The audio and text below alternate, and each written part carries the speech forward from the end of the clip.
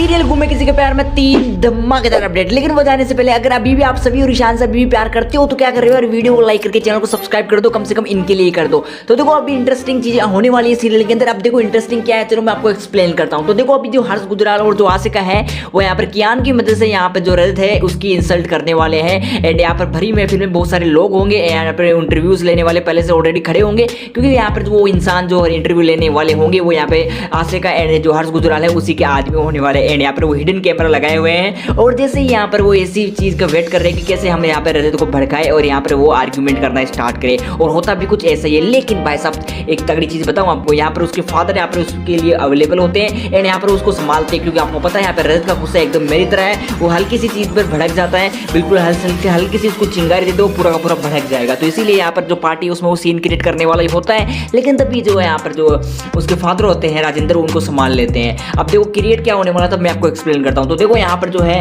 कियान उसकी mental health को यहाँ पर इतना खराब कर दिया गया है गुजराल के थ्रू कि यहाँ पर वो सिर्फ और सिर्फ पैसों के बारे में सोचता रहता है। मतलब कि उसकी उम्र में भाई हम लोग यार कंचे खेले करते थे, एकदम बाहर घूम के जो होता है ना मोटरसाइकिल का टायर उसको घुमाया करते थे। लेकिन ये लड़का बहन जो हमेशा पैसों के बारे में सोचता है, पैसा पैसा पैसा, बड़ी बड़ी चीज़ें। उस टाइम पे यार हम ये सोचते थे कि काश हमारे पास फ़ोन हो, ये साला आईफोन चला रहा है उस उम्र में।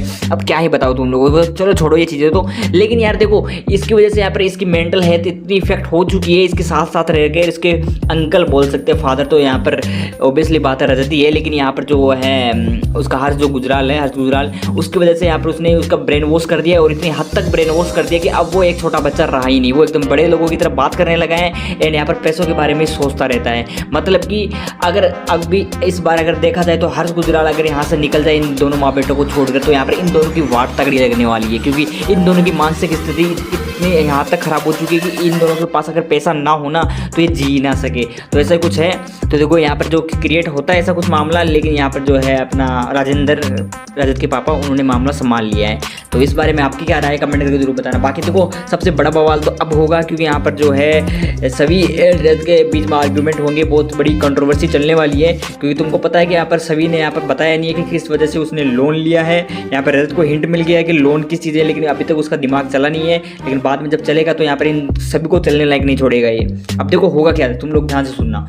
देखो यहाँ पर जो रजत है उसको तो पता चलने वाला है कि लोन के बारे में, लेकिन सबसे बड़ी ये चीज़ होगी कि भाई लोन क्यों चाहिए, क्योंकि उनके पास पैसों की थोड़ी ना कमी है, लेकिन लोन चाहिए ही क्यों। और दूसरी चीज़ बड़ी चीज़ हो गई है, लोन रिजेक्ट हो गया। अब लोन रिजेक्ट हो गया तो जो जिगर है तारा का पति, उसके लिए बड़ी तकलीफ होने वाली है, क्योंकि आपको पता है उसको फाइनेंशियल क्राइसिस आ रखे हैं, उसके पास बिल्कुल भी पैसा नहीं है, यहाँ तक कि उसको रूम का रेंट देने तक का पैसा नहीं है। तो तुम समझ सकते हो, है ना, तुम समझ सकते हो यार। मेरी खुद की हालत खराब है, मैं क्या बोलूँ यार,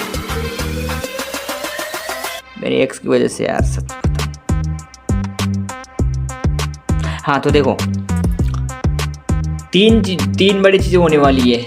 एक तो हो गया जो जिगर है उसकी हालत ख़राब हो रखी है, दूसरी चीज़ यहाँ पर सभी की हालत ख़राब होने वाली है, एंड थर्ड यहाँ पर जो है रजत की हालत ख़राब होगी। इन तीनों की हालत ख़राब होने वाली है पैसों के चक्कर में। सॉरी, रजत की तो पैसों के चक्कर में नहीं होगी, उसकी तो हमेशा मेंटल हेल्थ वैसे लोग ही ख़राब करते हैं, पैसा तो उसके पास खूब है। लेकिन इन दोनों की ना पैसों की वजह से हालत ख़राब होने वाली है, क्योंकि सभी के पास ना तो इतनी सेविंग है कि वो उसकी हेल्प कर सके, एंड यहाँ पर लोन भी उसका अप्रूव नहीं हुआ है, एंड यहाँ पर जिगर बहुत ज़्यादा परेशान है, एंड तारा भी कुछ हेल्प नहीं कर सकती। यहाँ तक कि उसके पास जितने भी गहने वगैरह थे, पैसे होते हैं, वो सारे उनके वेस्ट हो चुके हैं, ख़राब हो चुके हैं, अब कुछ कर नहीं सकते हैं, खर्च हो चुके हैं, मतलब समझ रहे हो ना। अब यहाँ पर देखो सबसे बड़ा ट्विस्ट, यहाँ पर सभी क्या करेगी, यहाँ पर शायद से थ्योरिकल पॉइंट बताऊंगा कि शायद से यहाँ पर जो है रज से हेल्प मांगेगी, या फिर चेक लेगी, या फिर गलत तरीके से चेक के ऊपर वो साइन कराएगी।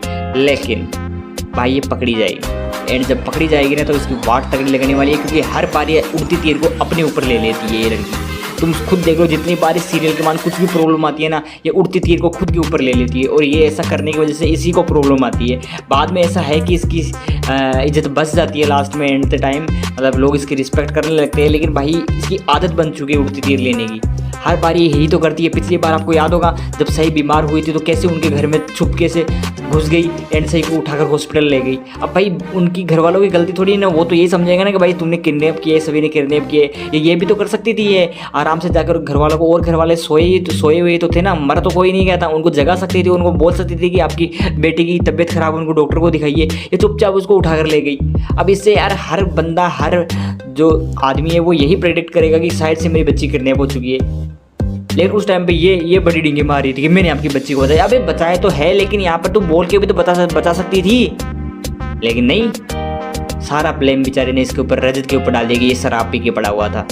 फिर उसके पैसे, उसकी शराब, वो कुछ भी करे, मुझे तो ये लड़की पसंद नहीं आ रही है। अब देखो बहुत हुई पॉइंट की बात, थ्योरी की बात, यहाँ पर स्टोरी की बात बहुत हुई। चलो अब बात करते हैं टीआरपी की, क्योंकि भाई टीआरपी की बात करना बहुत जरूरी है। अब मेरे को पता है तुम में से बहुत सारे लोगों को टीआरपी की बात सुनना बिल्कुल पसंद नहीं है, लेकिन क्या कर सकते हैं भाई, टीआरपी की तो बात करनी पड़ेगी, क्योंकि भाई टीआरपी से तो सब कुछ पॉसिबल है। क्योंकि तुमको अभी बताओगे कि यहाँ पर टीआरपी की वजह से यहाँ पर जो सीरियल है वो छठे नंबर पर आ चुका है। और अगर ऐसा ही चलता रहा ना, बिल्कुल अगर ऐसा ही चलता रहा तो सीरियल को बंद करने की नौबत आ सकती है। क्योंकि भाई धीरे धीरे सीरियल की टीआरपी घटती जा रही है, पता नहीं क्यों घट रही है। क्योंकि यार इतने भी मेकर्स जो सीरियल के व्यूअर्स है वो घटते जा रहे हैं। क्योंकि यहाँ पर पॉइंट समझ में आ रहे हैं मेरे को, और शायद से तुम लोगों को भी ये पता ही होगा। तो देखो फर्स्ट ऑफ ऑल पॉइंट है यहाँ पर स्टोरी। अब स्टोरी क्या है बताऊं। अब जो सीरियल की स्टोरी है ना वो यहाँ पर कॉपी की गई है, ये है मोहब्बतें सीरियल से। अब जो ये है मोहब्बतें जो सीरियल है वो कोई छोटा मोटा सीरियल नहीं है था अपने टाइम में। अपने टाइम पे उसने अच्छी खासी रैंकिंग पकड़ के रखी थी, और अभी भी उसके फैंस अवेलेबल है इंडिया में। अब देखो मोस्ट पॉपुलर सीरियल की कॉपी कर रहे हैं मेकर्स। अब जो लोग ऑलरेडी सीरियल को देख चुके हैं, अब तुमको तो पता होगा सीरियल में सबसे इंपॉर्टेंट चीज़ ही होती है स्टोरी, क्योंकि स्टोरी की मदद से ही यहाँ पर सीरियल को देखा जाता है। मूवीज़ में तो चलो एक्शन वगैरह गाने वगैरह सुलटा के चला दिया जाता है मूवी को, लेकिन भाई सीरियल में स्टोरी मेन रोल प्ले करती है। और यहाँ पर जो स्टोरी है ना वो कॉपी है। अब तुम लोग खुद एक बार इमेजिन करके देखो कि यहाँ पर जो चीज़ तुम लोगों ने ऑलरेडी देख ली है वो चीज़ तुम वापस से क्यों ही देखोगे, अपना टाइम क्यों ही ख़राब करोगे। तो इसीलिए यहाँ पर एक चीज़ है, एक वर्ड समझ में आता है कि स्टोरी। अब यहाँ पर बहुत सारे लोग जब मेरे को कमेंट करने लगे, इवन यहाँ तक कि मैंने बहुत सारे क्रिएटर्स की वीडियोस के नीचे कमेंट पढ़े, तो यहाँ पर सभी लोग यही बोल रहे थे कि ये मोहब्बतें सीरियल से कॉपी पेस्ट की गई है। मैंने पहले, मेरे को खुद बिलीव नहीं आया, तो मैं क्या किया कि मैं यूट्यूब पे जाके मैंने ये मोहब्बतें सीरियल जाके सर्च किया एंड देखा, एंड एक दो एपिसोड उसके देखने के बाद मेरे को भी समझ में आ गया कि भाई हाँ, इसकी स्टोरी से लेकर कुछ सीन्स भी यहाँ पर कॉपी पेस्ट मारे गए हैं। यहाँ तक कि जब ये सीरियल के अंदर, जब अपना सीरियल के अंदर लीप आया था ना, तो यहाँ पर हुआ क्या था कि जो पोस्टर है ये है मोहब्बतें सीरियल का एंड यहाँ पर गुम सीरियल का, ये दोनों सिमिलर बताए गए थे, मतलब एक ही पोस्टर है, कॉपी पेस्ट बताए गए थे। यहाँ तक कि जब सीरियल के अंदर लीप आया तो लोगों ने यहाँ पर तक ये कमेंट करने स्टार्ट कर दिया था, ट्विटर पर ट्वीट करना स्टार्ट कर दिया था कि नो ईशान नो गुम, नो ईशान नो गुम। अब इससे तुम लोग समझ सकते हो कि भाई इसकी फैन फॉलोइंग कितनी तगड़ी थी, लेकिन मेकर्स ने सब कुछ बर्बाद कर दिया। अभी भी लोग ईशान सर को मिस करते हैं। अगर अभी भी यहाँ पर मेकर्स ईशान की एंट्री करवा देना तो अभी भी कुछ नहीं बिगड़ा, सब कुछ सही हो सकता है, सब कुछ सही हो सकता है। लेकिन ना तो मेरी एक्स चाहती है कि सब कुछ सही हो, और ना ये मेकर्स चाहते हैं। तो इसीलिए welcome to the dark side. तो देखो अब अपन करने क्या वाले वो तुम ध्यान से सुनना। देखो स्टोरी एंड दूसरा पॉइंट तो मैंने आपको बताया नहीं यार। हाँ, ये कहीं ना कहीं ये बोलने की आदत मेरे को छोड़नी होगी यार, कहीं से कहीं चला जाता हूँ मैं बोलते बोलते, इस आदत को छोड़ना पड़ेगा। लेकिन मुझे बताया तुम लोगों को भी इंटरेस्ट आता है मेरी पर्सनल स्टोरी सुन के, तुम लोगों को जानना है कि आखिरकार मेरी स्टोरी में हो क्या रहा है। बहुत तगड़े दौर से गुजर रहा हूँ गाइस अभी मैं। देखो गाइस स्टोरी, हाँ तो देखो दूसरा पॉइंट ये था कि यहाँ पर जो है कैरेक्टर रिप्लेसमेंट की किस चीज़ का पता है आपको? पता है वो है ईशान सर के बारे में बात कर रहा हूँ मैं। हाँ, अपने ईशान सर, क्योंकि तुम लोगों को याद होगा जब भंवर पाटिल वाला और ईशान सर का वाला इंसिडेंट चल रहा था, तब यहाँ पर सीरियल की जो टीआरपी नंबर 1 पे रैंक कर रही थी। मतलब कि जो और सीरियल के व्यूअर्स थे ना वो भी सीरियल को देखने आ रहे थे। मतलब कि उस टाइम पे इतनी पॉपुलैरिटी थी इस सीरियल की। लेकिन जब ईशान सर की डेथ हुई ना, क्योंकि तुम लोगों ने एक चीज़ नोटिस की होगी, तुमने से बहुत सारे लोगों ने एक सवाल पूछता हूँ, तुमने ये सीरियल देखना स्टार्ट क्यों किया? एक चीज़ बताऊँ क्यों किया तुम लोगों ने? क्योंकि तुम लोगों को यहाँ पर ईशान एंड सभी की लव स्टोरी देखना पसंद थी, यही मेन रीज़न है। अब देखो जब से ईशान सर की डेथ हुई है तब से इन दोनों की लव स्टोरी खत्म हो गई है, एंड यहाँ पर जो ऑडियंस थी लव स्टोरी वाली वो चली गई है, जिसकी वजह से अब सिर्फ 2 भागों में जो डिवाइड हो चुकी है ऑडियंस। एक वो वाली ऑडियंस जिनको सिर्फ और सभी से मतलब है, एंड एक वो वाली ऑडियंस जिनको सिर्फ स्टोरी से मतलब है। अब सभी वाली ऑडियंस ने ऑलरेडी यहाँ पर वो देख रखा है ये मोहब्बतें सीरियल, तो वो क्यों ही इस सीरियल को देखेंगे। एंड जो है अपना दूसरी वाली ऑडियंस है उनको यहाँ पर ये मोहब्बतें सीरियल नहीं देखा रखा है, तो उन लोगों को तो स्टोरी से मतलब है, उनको सभी से कोई मतलब नहीं है। अब अगर देखा जाए ना तो गाइज ये सीरियल पूरा का पूरा सभी के कंधों पर चल रहा है, पूरा का पूरा सीरियल सभी के कंधों पर चल रहा है। अगर कल ही यहाँ पर सभी सीरियल को छोड़कर चले जाए तो कल ही सीरियल बंद हो जाए। लेकिन मजाल है इसकी कि मेकर्स भाई सभी को मुंह मांगे रकम दे रहे हैं कि तुम सीरियल में रहो। उनको अच्छे से पता है कि अगर ये सीरियल को छोड़कर चली गई तो यहाँ पर बेड़ा गर्क हो जाएगा सारा का सारा, कोई सीरियल को देखना पसंद नहीं करेगा। और यही 2 बड़े रीजंस हैं सीरियल की टीआरपी को घटाने के लिए। देखो जो टीआरपी है उसको मैं आपको बहुत ही बेटर तरीके से एक्सप्लेन कर सकता हूँ अगर तुम चाहो तो। अगर तुम नहीं चाहोगे तो भी मैं करूँगा, क्योंकि मेरे को 20 मिनट का वीडियो बनाना है और वॉइस ओवर करनी पड़ेगी 20 मिनट तक और 10 मिनट तक और। तो चलो मैं आप लोगों को समझाता हूँ। तो तुम लोगों ने, बहुत सारे लोगों ने यहाँ पर ये तारक मेहता वाला उल्टा चश्मा का नाम का सीरियल तो देखा होगा। बहुत ही बड़ा सीरियल हुआ करता था। अब देखो ये सीरियल जब इंडिया में लॉन्च हुआ था ना, तो उसने अपने फर्स्ट वीक के अंदर ही टीआरपी के सारे रिकॉर्ड्स को ब्रेक कर दिया था। टीआरपी के सारे रिकॉर्ड्स को ब्रेक कर दिया था। एंड यहाँ पर जो सीरियल पहले से टीआरपी के मामले में नंबर 1 पर थे, उन सबको बीट कर दिया था एक ही वीक के अंदर। क्यों? क्योंकि भाई ये सीरियल मिडिल क्लास फैमिली को रिलेट कर रहा था। एंड इतने भी मिडिल क्लास फैमिली थे इससे रिलेट कर पा रहे थे। एंड सेकंड चीज़, ये कॉमेडी बेस पर बना हुआ सीरियल था। उस टाइम पे कॉमेडी के अंदर कोई भी अच्छे खासे सीरियल नहीं थे। एंड ये अच्छा खासा सीरियल आया था। एंड ये मिडिल क्लास फैमिली को टारगेट कर रहा था। लोग इससे काफ़ी ज़्यादा रिलेट कर रहे थे एंड लोग इसको पसंद भी कर रहे थे। अब देखो एक और रीज़न बताऊँगी इस सीरियल का चलने का। अब इस सीरियल में ऐसा था कि तुम अपने पूरी फैमिली के साथ बैठकर इस सीरियल को देख सकते हो। पूरी फैमिली के साथ एक साथ बैठकर इस सीरियल को देख सकते हो। एंड तुम लोगों ने कभी कभी देखा होगा, तुम कुछ सीरियल देख रहे हो, मूवीज़ देख रहे हो, वेब सीरीज़ देख रहे हो, उसमें कुछ ऐसे सीन्स आ जाते हैं जिसकी वजह से तुम ऑकवर्ड हो जाते हो, तुम्हारी फैमिली ऑकवर्ड हो जाती है, तुम इधर उधर भागने लग जाते हो, अपने फ़ोन निकालने लग जाते हो, है ना। लेकिन इस सीरियल के साथ ना ऐसा कोई सीन नहीं था। इसके साथ तुम आराम से बैठ कर पूरा का पूरा देख सकते हो, कोई दिक्कत नहीं होगी। एंड इस सीरियल की हालत अभी के टाइम पे देखो क्या हो चुकी है। हाँ, इसकी हालत गई से भी गई बीती हो चुकी है। पता है क्यों हो गई है? पता है क्यों हो गई है? क्योंकि मेकर्स अब सिर्फ अपने जेब भरने में ध्यान दे रहे, स्टोरी पे कोई ध्यान नहीं दे रहा। इसके ओल्ड एपिसोड्स को देखो, वहाँ पर कॉमेडी कितनी अच्छी हुआ करती थी, और अभी के टाइम पे देखो कॉमेडी के नाम पर बस पहले जा रहे हैं। 5 साल पहले जो चीज़ हो रही थी 5 साल अभी भी वही चीज़ हो रही है। लाइक यहाँ पर पहले भी अपना जो पोपटलाल की शादी नहीं हो रही थी, अभी भी यहाँ पर पोपटलाल की शादी नहीं हो रही। बेचारा हर बार एक नई लड़की ढूंढ के लाता है, हर बार उसकी शादी जैसे होने वाली थी मंडप तक बात पहुँच जाती है, लेकिन जैसे ही फेरे लेने वाले होते हैं उसकी शादी टूट जाती है। हर बार बेचारे के साथ ऐसे होता है। हर बार अपना जेठालाल सुबह सुबह बेतजी पे लाइन मारता है, हर बार वो वही सीन नहीं थे। अब देख देख कर बोर हो चुके हैं यार, हम बोर हो चुके हैं मेकर्स जी। अगर मैं तो बोलूँ ना तो इस सीरियल को बंद कर देना चाहिए। इसकी रिस्पेक्ट मत घटाओ यार। इसके ऊपर कितने लोगों ने रोस्ट वीडियो निकाल दिए। इनके कैरेक्टर्स को कुछ नहीं बोलते, स्क्रिप्ट राइटर एंड डायरेक्टर्स को सब कुछ बोलते हैं। कैरेक्टर्स को क्यों ही बोलेंगे भाई? कैरेक्टर सारे इसके अच्छे थे, न्यू वाले नहीं, पुराने वाले। एंड यही भी एक बहुत बड़ा रीज़न है इस सीरियल का डूबने का, कैरेक्टर रिप्लेसमेंट। बड़े बड़े अच्छे अच्छे कैरेक्टर्स थे ना। अच्छा चलो मान लेते हैं कि कोई छोटा मोटा कैरेक्टर उसको रिप्लेस करते, कोई बड़ा बहुत ही तगड़े तगड़े कैरेक्टर्स को यहाँ पर तारक मेहता है, उनकी वाइफ छोड़ी, उनकी वाइफ पूरी टप्पू सेना चेंज हो गई। दया बहन तो भाई कब से आई नहीं है, ना तो उनको कोई रिप्लेस करने आए और ना ही वो खुद आई। तुम लोग खुद सपोज करके देखो, मेन कैरेक्टर्स यहाँ चले गए सीरियल से। देखने में क्या घंटा मजा आएगा? कोई मज़ा नहीं आता, कोई भी मज़ा नहीं आता सीरियल में। मैं अभी भी सीरियल को देखता हूँ, लेकिन जब खाना खाने बैठता हूँ तो सिर्फ इसके ओल्ड एपिसोड को देखता हूँ। तुम भी देखते होगे, मेरे को पता है मुझे, तुम लोग भी देखते हो। मैं क्यों नहीं देखता पता है? इसके न्यू एपिसोड्स, इसके न्यू कैरेक्टर्स, न्यू स्टोरी की वजह से। पहले तुम बापूजी को देखो, पुराने एपिसोड में कितनी अच्छी कॉमेडी करते थे। एंड अभी के टाइम पे सिर्फ ज्ञान फैलते हैं, कभी टप्पू को, कभी टप्पू सेना को, कभी स्कूल में जाके, कभी यहाँ पर रात को ज्ञान, दिन में ज्ञान, कॉमेडी के नाम पर टट्टे हो जा रहे हैं।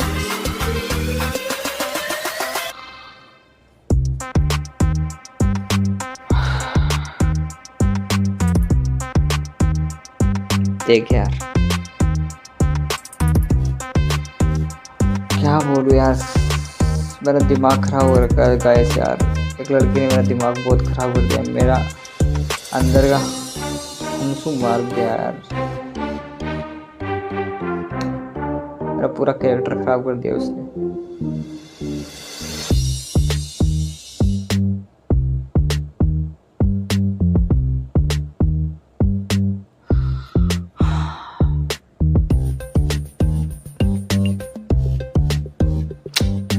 गाइस यार बहुत बुरा हुआ यार, लेकिन अब जो मैं उसके साथ करूँगा वो बहुत से भी बहुत बुरा होने वाला है, बहुत बुरा होने वाला है, बहुत बुरा होने वाला है। किसी ने एक लाइन बोली थी, अगर आपको याद होगी, बुरा बनो तो इतना बुरा बनो कि ना तो तुम्हारा कुछ उखाड़ सके और ना ही तुम्हारा कुछ बिगाड़ सके। हाँ, ये लाइन सुकुना ने बोली थी। एंड आपको याद होगा, एक थेनोस ने भी एक लाइन बोली थी कि जब तक ये बेवकूफ़ लोग अपने बीते हुए कल को भुला नहीं सकते, ये कभी अपने आने वाले कल को अपना नहीं सकते। ये डायलॉग भी अपने थेनोस चाचा का है। थेनोस ने बात तो सही की। कभी कभी लगता है ये बात मेरे पे लागू होती है। तो चलो छोड़ो यार, लाइफ को कंटिन्यू करते हैं आगे एंड पैसे कमाते हैं। बहुत हुआ, बहुत।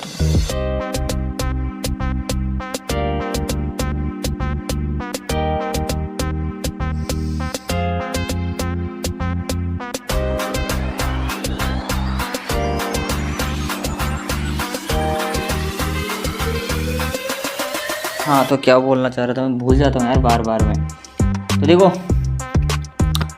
यहाँ पर एक सेम चीज़ बताऊँ आप लोगों को, जो थ्योरिकल पॉइंट होगा एंड थ्योरी से पहले चीज़ें क्लियर कर देता हूँ आपके माइंड में। थ्योरी जो मैं बोलने वाला हूँ अब आगे, वो एकदम थ्योरिकल पॉइंट होंगे और जो थ्योरीज होगी 50% बेस पे वर्क करती है। तो प्लीज़ इसको अपने दिल से, दिमाग से निकाल ही देना। सच हो भी सकती है और नहीं भी। अगर होनी होती तो पहले हो जाती, बट होगी नहीं। तुम लोग ध्यान से सुनो। एक बंदे ने मेरे को कमेंट करके बताया था। देखो बात ऐसी है कि ईशान सर की जब डेथ हुई थी ना, तो उसके सामने कौन थे? ईशा शांतनु खड़े थे। तो अगर मेकर चाहते हैं तो स्टोरी को कुछ ऐसा भी कर सकते थे। ईशान सर की डेथ हुई, ईशा शांतनु के सामने रो रहे हैं एंड काफ़ी ज़्यादा रोने के बाद, काफ़ी देर तक रोने के बाद वो उस रूम से बाहर जाते हैं एंड एंट्री होती है राव साहब, रक्का साहब की। और रक्का साहब और राव साहब भी यहाँ पर ईशान को देखकर काफ़ी ज़्यादा इमोशनल हो जाते हैं, रोने लगते हैं, काफ़ी ज़्यादा रोने लगते हैं।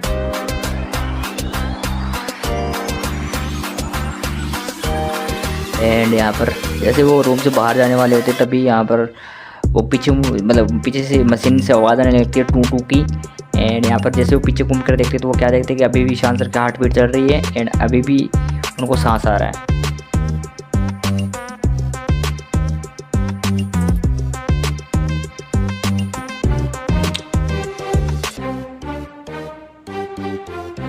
बहुत बुरा हुआ उसके साथ यार, ईशान सर की डेथ हो गई। पर्सनली यार मैं खुद यार दुखी हूँ। मुझे वो बहुत पसंद थे यार ईशान सर, उनका ड्रेसिंग सेंस, उनका स्टाइल, उनका रोमांस करने का तरीका, उनका हेट करने का तरीका बहुत पसंद था।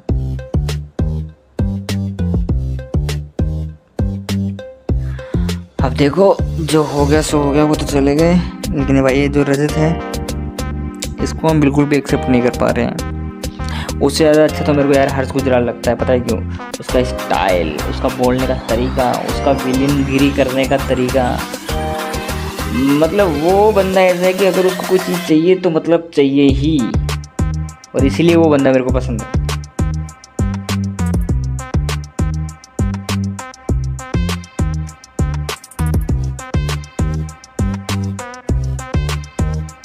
जब बात ना बने बातों से तो काम करो हाथों से, कि जब बात ना बने बातों से तो काम करो हाथों से। यही बात की थी अपने ईशान सर ने सभी के लिए, क्योंकि वो भड़वी थी, वो समझती नहीं थी। लेकिन तुमको पता है अपनी जो सभी है वो एक नंबर की, मतलब वो है, मतलब कि जब भी ये लड़की किसी से भी अटैच होती है, शादी होती है, इसकी जिससे शादी होती है, जिस लड़के के साथ होती है, वो लड़का मर ही जाता है।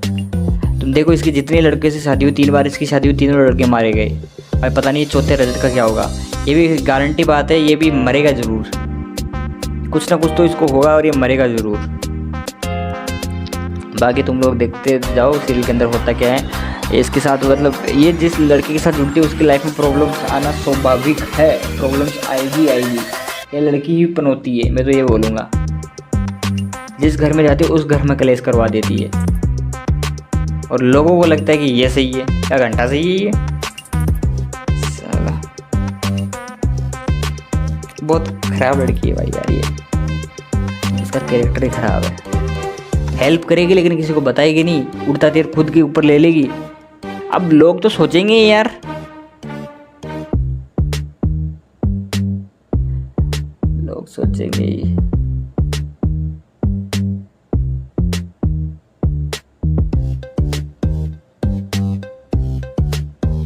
लोग वो सोचेंगे लेकिन उससे उसको कोई मतलब नहीं है। ये बोलते कि मुझे एक्सप्लेन करने की कोई ज़रूरत नहीं है। चलो मिलेंगे एक न्यू वीडियो में, तब तक के लिए बाय बाय गाइस, मिलेंगे कभी।